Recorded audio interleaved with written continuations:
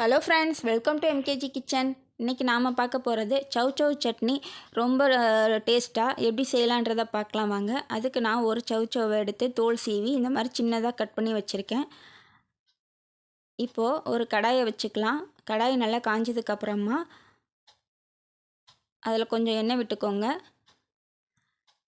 அதில் ஒரு ஸ்பூன் உளுந்தம்பருப்பு, ஒரு ஸ்பூன் கடலைப்பருப்பு, இது ரெண்டையும் நல்லா பொன்னிறமாக வறுத்து எடுத்துக்கலாம்.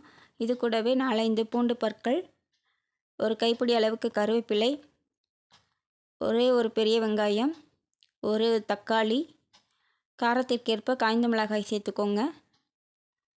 இது எல்லாத்தையும் நல்லா வதக்கி எடுத்துக்கலாம். ஒரு சின்ன நெல்லிக்காய் அளவுக்கு புளி துண்டு சேர்த்துக்கலாம். இதையும் சேர்த்து நல்லா இந்த எண்ணெயிலே நல்லா வதக்கி எடுத்துக்கலாம். இது கூடவே ஒரே ஒரு தேங்காய் சில்லு மட்டும் சின்னதாக கட் பண்ணி ஸ்டவ் ஆஃப் பண்ணும்போது சேர்த்துக்கோங்க. இதை எல்லாத்தையும் நல்லா இந்த காயிலிருந்து நீர் வற்றுற அளவுக்கு நல்லா வதக்கி எடுத்துக்கோங்க. இப்போ இது நல்லா ஆற வச்சுக்கலாம். ஆறுனதுக்கப்புறமா இதை ஒரு மிக்ஸி ஜாரில் சேர்த்து இதுக்கு தேவையான அளவு உப்பு சேர்த்து நல்லா அரைச்சிட்டு வந்துடலாம். பாருங்கள் எந்த அளவுக்கு நைஸாக நமக்கு சட்னி வரணும். நல்லா நைஸாக அரைச்சாச்சு. இந்த மாதிரி சட்னி செஞ்சு கொடுங்க. கண்டிப்பாக நம்ம சவ்வில் தான் செஞ்சோன்றதை யாருக்கும் தெரியாது, நாம் சொன்னால் தான் தெரியும். அந்தளவுக்கு டேஸ்ட்டாக இருக்கும். சட்னியும் ரொம்பவே நல்லாயிருக்கும். எப்போவுமே ஒரே மாதிரி சட்னி செய்கிறதுக்கு பதிலாக இந்த மாதிரி டிஃப்ரெண்ட்டாக செஞ்சு கொடுங்க. வீட்டில் பெரியவங்கலேருந்து சின்னவங்க வரைக்கும் கண்டிப்பாக விரும்பி சாப்பிடுவாங்க. இப்போ இதை எப்படி தாளிக்கலான்றதை பார்க்கலாம். அதே கடாயிலேயே கொஞ்சம் எண்ணெய் விட்டுக்கலாம். கடுகு ஒரு ஸ்பூன் போட்டுக்கலாம். இந்த கடுகு பொரிஞ்சு வந்ததுக்கப்புறமா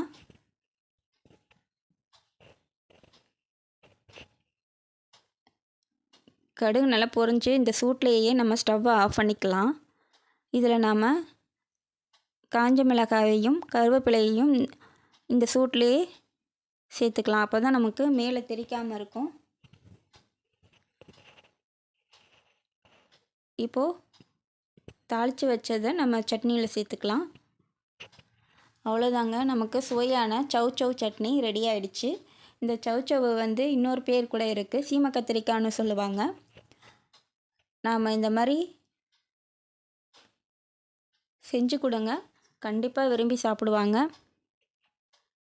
டேஸ்ட்டு நல்லாயிருக்கும். தொட்டெல்லாம் சாப்பிட மாட்டாங்க, அப்படியே அள்ளி எடுத்து சாப்பிடுவாங்க. அவ்வளோ டேஸ்ட்டாக இருக்கும். நீங்கள் ஒரு முறை ட்ரை பண்ணி பாருங்கள். கண்டிப்பாக வாரத்தில் 2-3 நாள் செய்வீங்க. அது மட்டும் இல்லைங்க, இந்த சவ்வில் நிறைய பயன்கள் இருக்குது.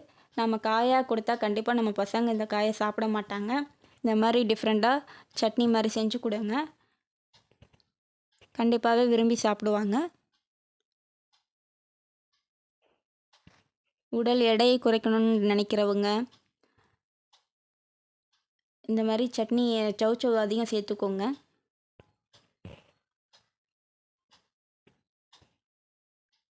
சட்னி